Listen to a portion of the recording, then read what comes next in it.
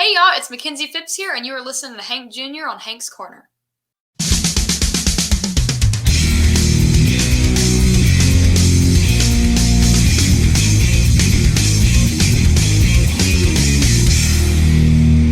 Hello, everybody, and welcome to another episode of Hank's Corner. I am Hank Jr., part of Hank Jr. Productions, where I'm documenting life's moments through photography, videography, and now podcasting. I want to thank everybody that's listening to me on Spotify, Google, or Amazon podcast platforms. If you want to see the video, be sure to check this out on YouTube. And without further delay, let's bring out our guest. She is compared to the likes of such greats as Leanne Rhymes and Alison Krauss. She was the Josie Award winner for Female Country Song of the Year. Please welcome Makenzie Phipps. How are you doing today, Makenzie? I'm doing so good. Thank you so much for having me today. Well, and I appreciate you coming on because I know you have a very busy schedule. And that's kind of a good thing because that means things are kind of shaking and baking over there. Yes, my life is nothing but ordinary, for the most part, except for every other thing I have going on in my life. Yeah, and you definitely have been accomplishing a lot of stuff, and we'll get into that. But one of the first questions I always like to ask so the audience know, because musicians are traveling all over the place, where are you calling in from tonight? I'm from Southwest Virginia. Okay, and that's your home, correct? Yes, I've been here for 20 years. So tell us a little bit about the area. Whew. Well, I always tell people at my shows, and whenever people ask me where I'm from, I tell them I'm from a very, very, very small town called Bluefield. We are right on the line of Virginia and West Virginia. West Virginia is about 5 minutes down the road for me. And there's really not much here. We have beautiful mountains and stuff, but, I compare it to how I just went to Nashville last week, and there's like no comparison because there's so many different things to do down in Tennessee. You have all of the shopping places, and you have all of the delicious food places, and you come down here and your standards are very low because we have majority of chain restaurants, and we have a Walmart. That is where we go for fun. But I'm just a simple small town girl, and it is home. I will admit that. When I am in Tennessee, I do miss coming back here because it is simple living. But And it does sound good for good makings for a song there, having a small little town and out there. But I can get the feeling of what you're talking about. You get a little antsy and want to do more, but I guess you got to have the love for the outdoors up there. yes, and me, I have the worst luck with outdoors because I'm always getting injured somehow. I broke my very first bone, knock on wood. I broke my very first bone back in May going on a hiking trip. And that was the worst timing ever because that was a week before I was going to Nashville to record songs, and I was doing the Sunday morning country segment on the Grand Ole Opry, and it was not good timing whatsoever. So I steer away from doing extracurricular activities outside. Yeah, I did see you post about that, and I'm glad it wasn't too serious, and you were able to, recover to do that. But you did bring up a good thing that I wanted to talk about. One of the good things that happened is you got to perform on the Grand Ole Opry stage. Tell me, how was that for you? That was just such a dream come true. All of the people there for the Sunday morning country segment were just so nice and so humble and kind. And, they welcomed me with open arms when I came in there because I had no clue what I was doing, had no clue where I needed to go, what the lineup was, or anything like that. But I look forward to going there, hopefully in the future. Hopefully I will be invited to perform for the Grand Ole Opry one day. Fingers crossed. Hmm. And so, what is it like being up there on that stage, looking out? Oh, it is just beautiful. You're in that circle, the sacred circle, and, you're singing to people who genuinely love listening to music and they love what you are doing as a person. It's like all of your hard work has paid off, and you see just everything in that auditorium, and it's just amazing. Yeah, well, congratulations on that. I know that's a big deal, and I'm glad that you got that opportunity. And you have other things going on. Did I see that you've already graduated with your associates? Yes, I'm actually still waiting for my diploma to be given to me, but It's in the I mail somewhere, promise. huh? I was like, I promise, I did graduate with my associates in general studies music. It's just, it's not verified yet on paper. And that's got to be a big relief for you because we know we talk about you being busy. I can only imagine how hard it was to juggle both full-time school and your music career. Yes, it was a very stressful thing for me because, like you were talking about, I do have a very busy schedule, very busy life. I wouldn't have it any other way because, I'm one of those people where I'd rather be doing something rather than to be doing nothing. And when I got out of high school, I graduated the year Corona happened, and I missed pretty much a fourth of my senior year because March 13th was the last day of school for me in high school. Hmm. And I was supposed to be graduating in May, and I ended up graduating in June or July. And as soon as I got done there, I went into college and, I did all of my courses, and I had to tackle not only doing that, but I had to tackle doing my full time music, having to schedule band practices, having to also schedule time to go to the animal shelter to volunteer and help the animals out. And it was just a very chaotic time in my life. And I'm glad that those 2 years are over and I got something out of it. And I always tell people all the time that college is always there. And, if I wanted to pursue it later on in the future, I will definitely do so. But right now, I'm trying to focus as much on my music as I possibly can. Yeah, and I can feel your pain, and about the same age you are when I was that age, I was doing full-time school, also full-time work and a part-time job. So I was literally all over the place. But when you're young, that is the time to do that because at this age now, forget it. I just want to come home and relax. So that I could not do that now.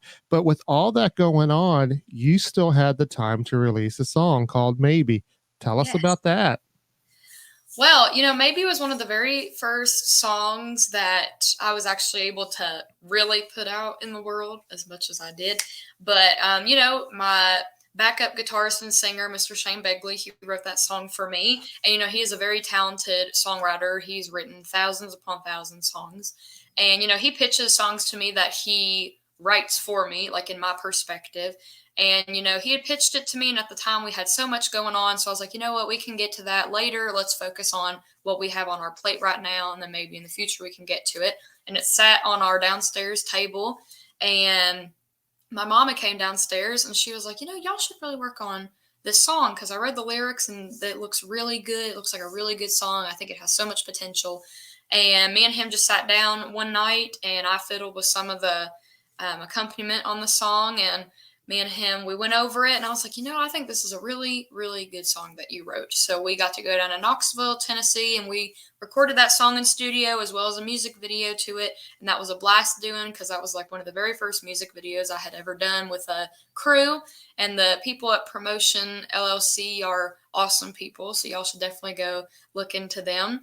But after we got done doing all of that, we submitted it to the Josie Awards. And me and Shane had attended the Josies a year before that because one of his songs was nominated and one of my songs were nominated.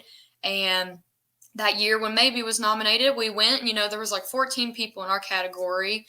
And when they called out that Maybe had won Female Country Song of the Year, we were just floored. We were not expecting it whatsoever. All these people had speeches written and we had nothing. So I was on stage just speechless while trying to come up with a speech. So it was just an incredible moment. And I'm so glad that that song was able to win an award. And hopefully in October, we can win more awards. Yeah, definitely. It is a great song. I like it. And I also like the fact that you plugged your company that did your video because as a photographer, videographer, I love promoting those guys that are out there doing that kind of stuff. So kudos to them as well. But tell me, as far as you being in the video, how do you like starring in videos? Is that something that you really enjoy, or is that something that's maybe a little awkward? Well, when I was in high school, I did theater. So I've always been used to acting and putting on a role and stuff. So it wasn't anything too out of the ordinary to me, but I am a very big critic on myself. So if I didn't like how something looked, I wanted to change it and I wanted to do something as many times until I got the right take on it. But thankfully, I didn't have to do that too much. Yeah, it's always good when you get to have your hands on it and not just have the crew just kind of do it how they want to. I've always heard the good feedback when it's both of them working in unison. And so let's go ahead and play maybe here on Hank's Corner.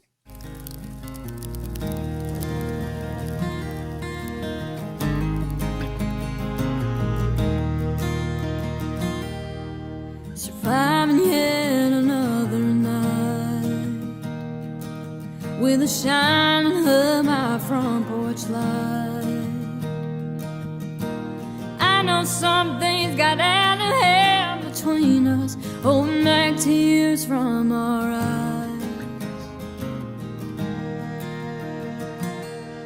I don't know all that I had said, but the word goodbye runs through my head. The last thing I remember was waking up to find that you were next to me. As I lay here all alone, and maybe it was in the stars that was shining down on us. Maybe it was in the fire that wasn't burning bright enough. Maybe it was in the cards that we just threw down to fall. Maybe it's in our heads, thinking how we knew it all. Maybe it's not in our hearts. Maybe it's not in our hearts.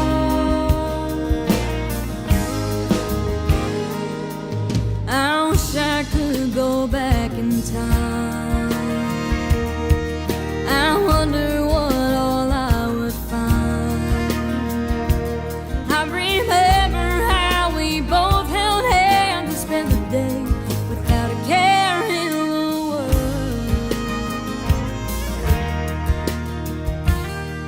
And I'm still trying to figure out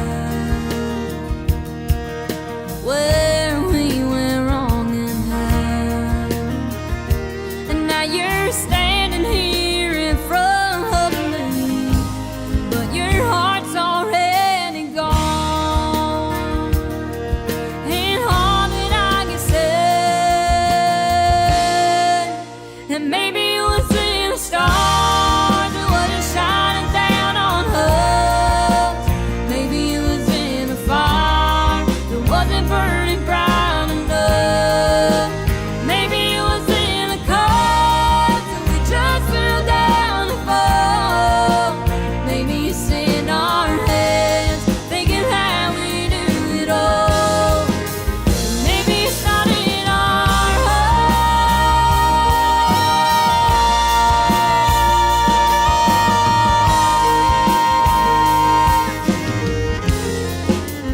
Maybe it was in the stars that wasn't shining down on us. Maybe it was in the fire that wasn't burning bright enough. Maybe it was in the cards that we just threw down to fall. Maybe it's in our heads, thinking that we knew it all. Maybe it's not in our hearts. Ooh. Maybe it's not in our hearts.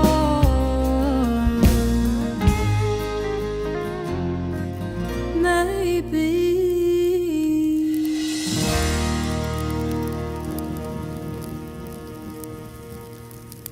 And welcome back to Hank's Corner. I'm Hank Jr., and you just heard Maybe by Makenzie Phipps.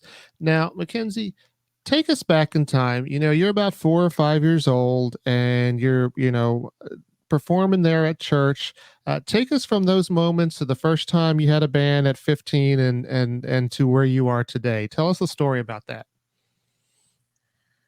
Oh, where is there to start? So as you were talking about, I did start singing when I was 4, even though my parents would beg to differ, because I remember they told me that when I was younger, I have an older brother. He's 6 years older than me.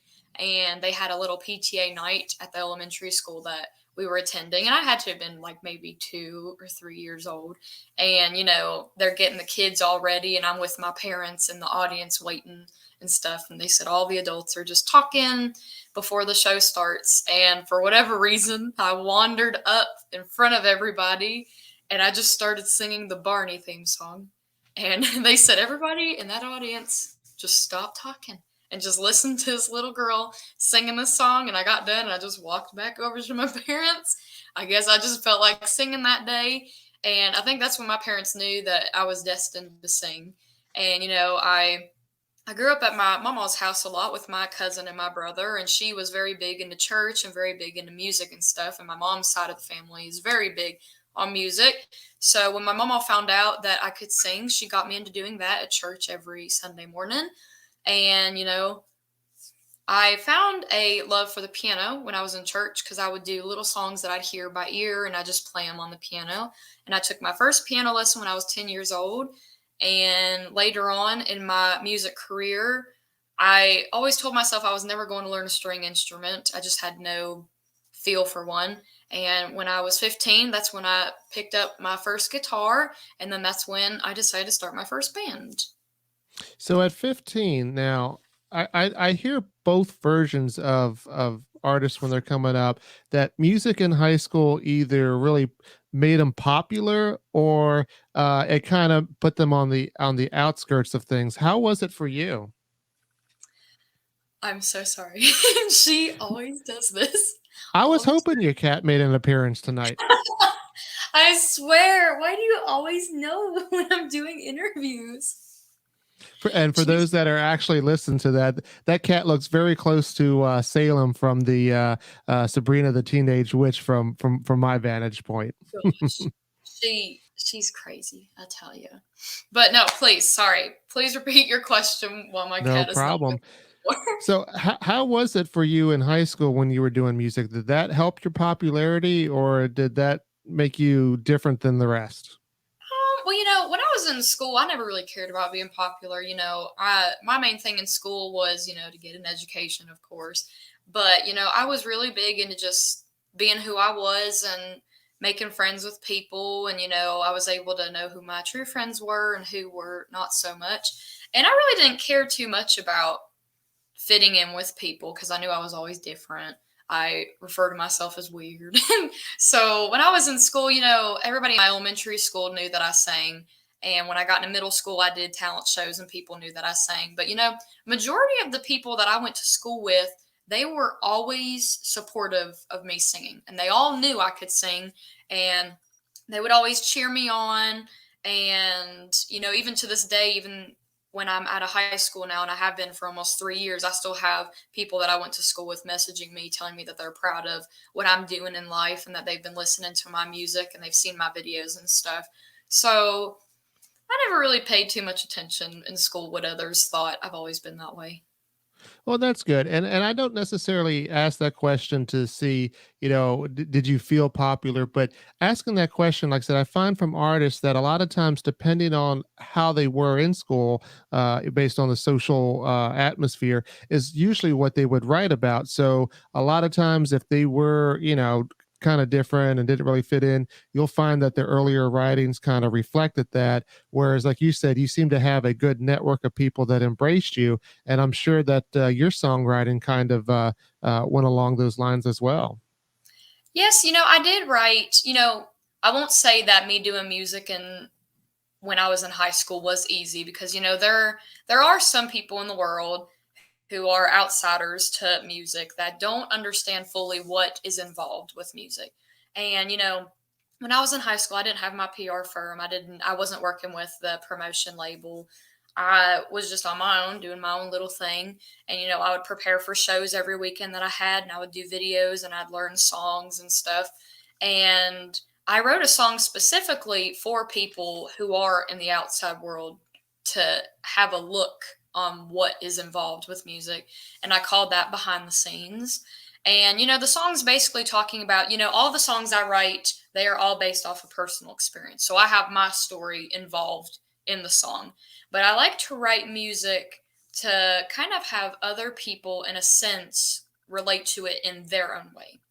So the song Behind the Scenes is mainly talking about a musician's life, but the chorus is really talking about anything that you are putting forth hard work and effort into.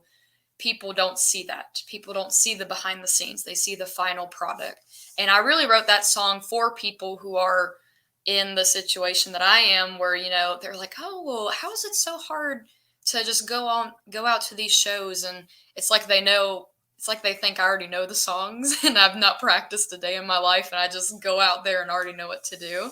But I wrote that song definitely for that when I was in high school, because some people just didn't get it. They Yeah. didn't know what I Yeah, did. and especially when you're starting out, like you said, you don't have everything. So even like, okay, yeah, you got to practice the song, you got to, be able to sing it, be able to play it.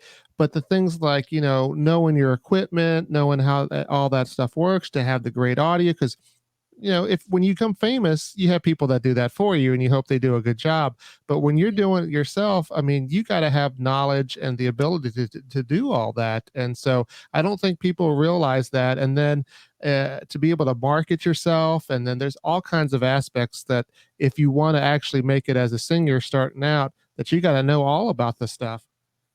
Yes, most definitely. Yeah. And I want to play another song. I Want to Stroll Over Heaven with you. And when we come back, we'll talk a little bit more.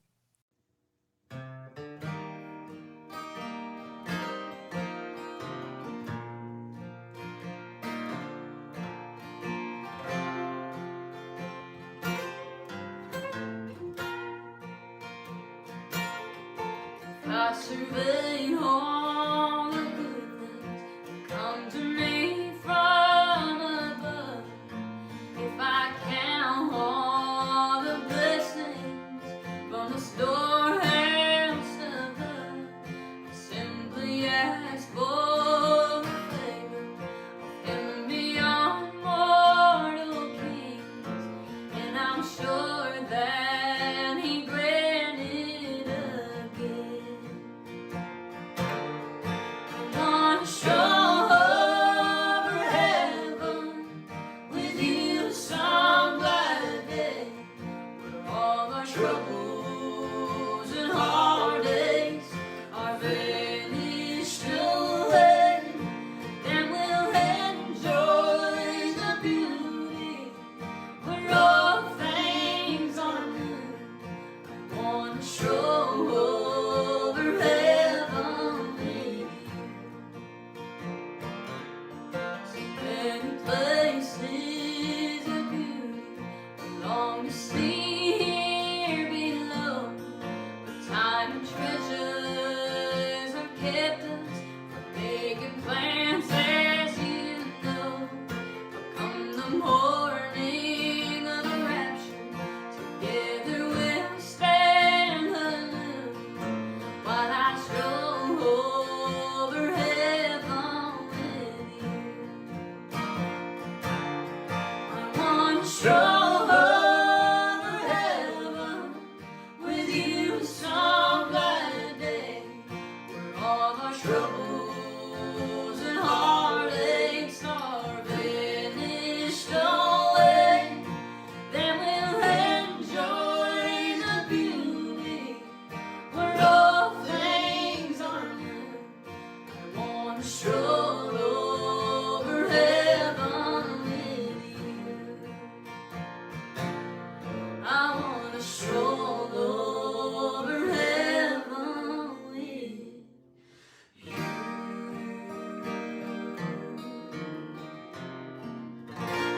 Welcome back to Hank's Corner. I'm Hank Jr. here with my special guest tonight, Makenzie Phipps, and her cat, Raven, that likes to be part of the attention.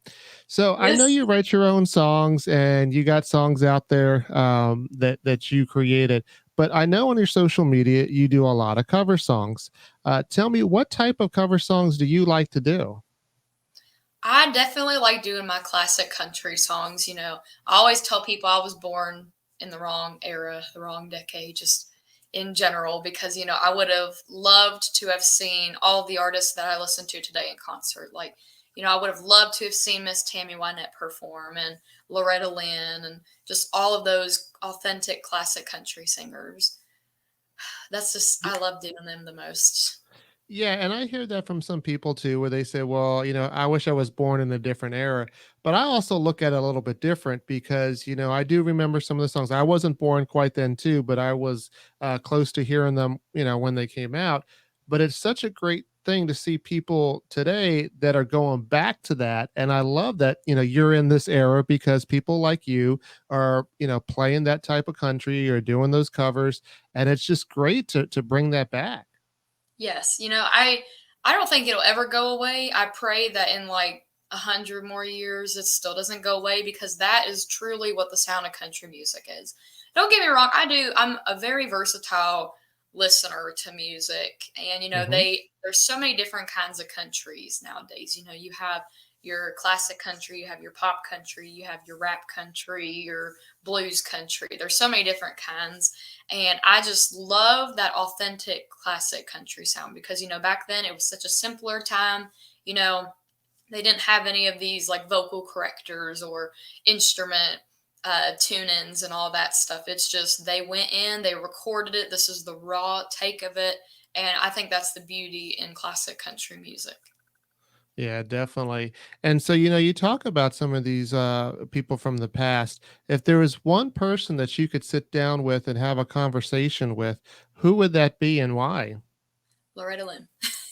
That's always such an easy question because, she was one of the very first people I ever started singing. And to me, she is the queen of country music. Nobody will ever be able to change my opinion on that because I do feel she is and always will be the queen of country music. I just love everything about her. I watched Coal Miner's Daughter when I was a little girl, and I was singing all of her songs when I was a little girl. And I'm getting closer to her because I've met Crystal, which is her sister, and I've met Taylor, which is her granddaughter. So I'm getting closer. One day, I'm gonna meet her. One day. That would be awesome. I know I would love to meet her as well. And, not only did she put out good music, but she had a lot of barriers that she had to break through in order to do that. So, not only is she good as an artist, but it's amazing to see her as a person, as a female, and what she did for country music. Yes, yes. And so one of the covers that I really like is I Told You So by Randy Travis. I'm a huge Randy Travis fan. And if you don't mind, I'd like to play that next here on Hank's Corner.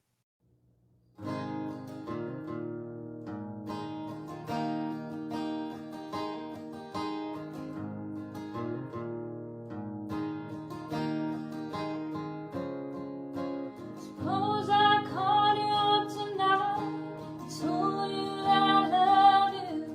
And suppose I said I wanna come back home. And suppose I cried and said thank God I finally loved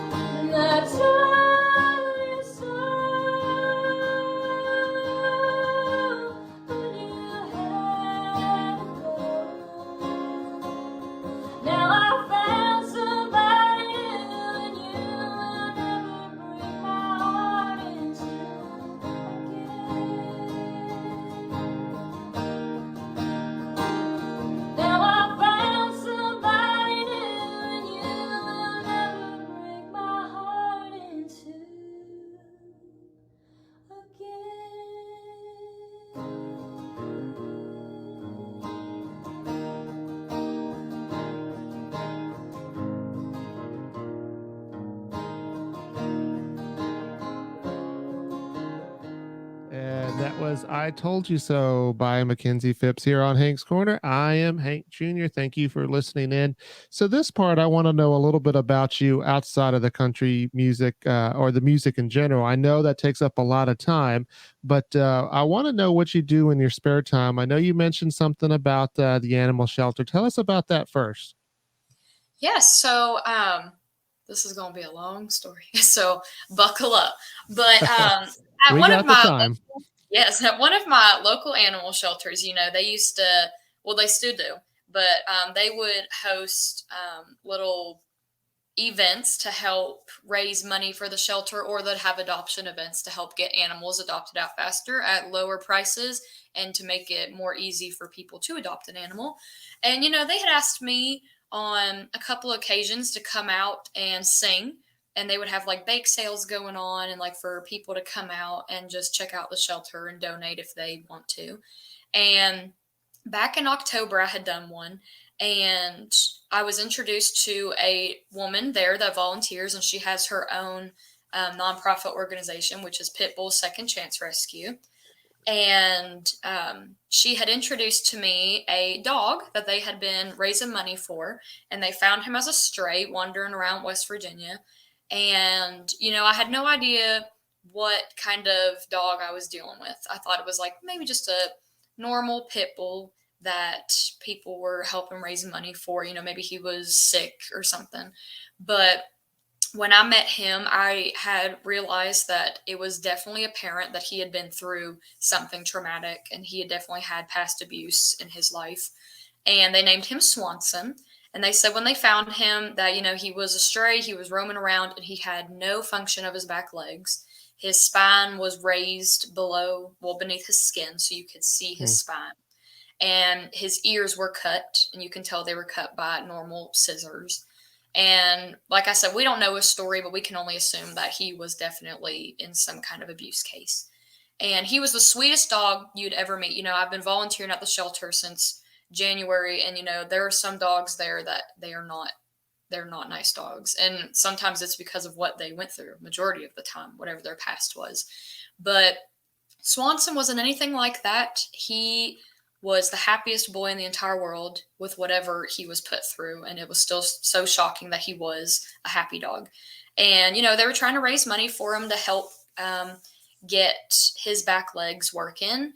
And, I had done a benefit concert on my page, and I'd had people donate, and we had raised thousands of dollars for him. And I was so thrilled because he was just the best boy in the world. And, they would do physical therapy treatments for him. They do laser treatments to help try to get some kind of function in his back legs. And at some point they were starting to work very well. And, we got a little wheelchair for him so that he could walk around, and everything was going great. And then by the month of December, things were they were at its high, and then it all just crashed down. And we do not know what happened with him. We just know that, all of that work we put in, it just started going down real fast. He started losing function again in his back legs, started to become his front legs. He had no control over his bladder or his bowels or anything like that. And, they took him to the vet, and the vet, he said that he felt he may have cancer as well. And, just from seeing him when I first met him in October, and then seeing him in December, that little glimmer of light in his eyes, it just wasn't there anymore. And, we all decided as a group, what kind of quality of life would he have? And, he was suffering really bad. He never made any noises. He never growled or did anything of the sort. And they said when they started doing the laser treatments, he was getting in pain a lot. And he would let us know. And he wasn't purposely trying to act out. It was just he was in pain. And we all decided that he needed to be put to rest. And I was there with him the evening they put him to rest. I brought him some chicken nuggets, and I brought him a cheeseburger and a little vanilla cup. And I sat with him when they sedated him and they put him to rest. And I swore after Swanson that I was going to help any animal that I could in the shelter find their forever homes. So I started volunteering in January, and they had told me about how they used to have a law enforcement officer come to the shelter every week and do a video on a dog and just talk a little bit about them. And the law enforcement officer, him and his wife had a baby, and he could no longer come because he didn't have much time on his hands to come to the shelter anymore. And they had pitched that idea to me, and I was like, oh, that's a really fun idea. And I came up with the title of it, which I call Take Me Home Thursday videos. And I actually put one up on my page today, a sneak peek that I do. But I go to the shelter on Tuesdays and Thursdays. And on Tuesdays, I have dogs that I put on my list that I take out for walks every time I'm there. And I'll train them just basic commands to make them more adoptable. And then during that day, I pick which dog I feel needs to be the next one in line to get a video on so people can adopt them. And I do the video on Tuesday, and I take a picture, and then I make a little sneak peek poster preview thing, and I post it on Wednesday. And then I make a video, and I post a Thursday, which is the Take Me Home Thursday video, and that tells you everything about the dog. So we have a very good track record. We have had 16 out of 17 dogs adopted through this video, and I cannot be more proud of that. And I hope that they're all in loving homes, and I cannot wait to help more find their forever homes. Yeah, well, thank you for doing that. That's a great thing, and I always thought if I could do anything musical, I would love to be able to attach myself to a charity and to do that because I think it's just so fun. And there's something that musicians have that maybe other people don't have, just because they're in the public, to be able to generate the buzz and do that so that they can get the funds that they need, or like you said, adopt a dog. And so thank you so much for doing that. That's awesome. Oh, well, thank you. I love doing it so much. And so I know another thing that you do in your spare time is bake, correct? Yes, I do bake. Tell me what you like to bake. See, I have a very big sweet tooth, so whatever I like, I'm going to bake. But I really do enjoy baking pies, even though they are a hassle. And I baked a pie on my page last week, and it turned out really good. I gave it to my friend for her birthday. But I just like baking everything in general. Now, the only thing I really cannot bake is a cookie. Out of all things, a cookie. And everybody on my Facebook page knows that I can't, because even when I was doing my live the other day baking the pie, one of my friends on my page, they said, oh, you're not making any cookies today? And I was like, no, I'm not. Because for whatever reason, I just cannot bake a dang cookie, but I can bake a whole pie. Makes no And sense. I saw that pie. It was a pecan pie, and I love pecan pie. So that just kind of made my mouth water when I saw that picture, and I was like a little jealous that it went to somebody else. But definitely love sweets as well. But definitely pecan pies as well. So one more thing, as far as like music, I guess. So on your playlist, what do you listen to currently? I've recently been listening to some more Billie Eilish, and I know that's not country at all, but I get in my car and I get in certain kind of moods. I'll listen to Garth Brooks because I put stuff on Pandora, so I get glimpses of new things every day. But I listen to Garth Brooks radio on Pandora. I listen to Billie Eilish, Morgan Wallen, Miranda Lambert. Then you get into like Green Day, and you get into My Chemical Romance and Pierce the Veil. So I'm kind of all over the place, but I definitely say I'm listening to more of Billie Eilish right now. All right. And before we end the podcast, I do want to play one more song by you. It's your Amazing Grace song. But before we end the podcast, tell me, I know you started out in church. What does your faith mean to you as far as the direction you take in life and with your music? I always tell people that without music, I probably wouldn't really have a life, because, that's all I am. Like every day, all day, every day, 24/7. That's all I do is music, music, music. My parents always talk about I don't go a day without doing something music oriented. And, the good Lord put me on this earth to sing and to make a difference in people's lives with my music. And I just want to fulfill that as much as I possibly can. And, without him, I wouldn't be where I am today.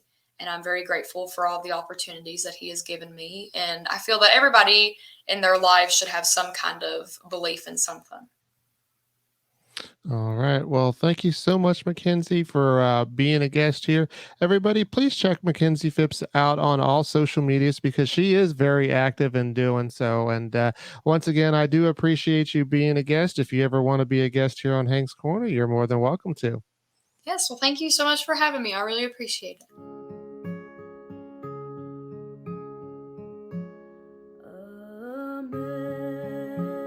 Amazing grace, how sweet the sound that saved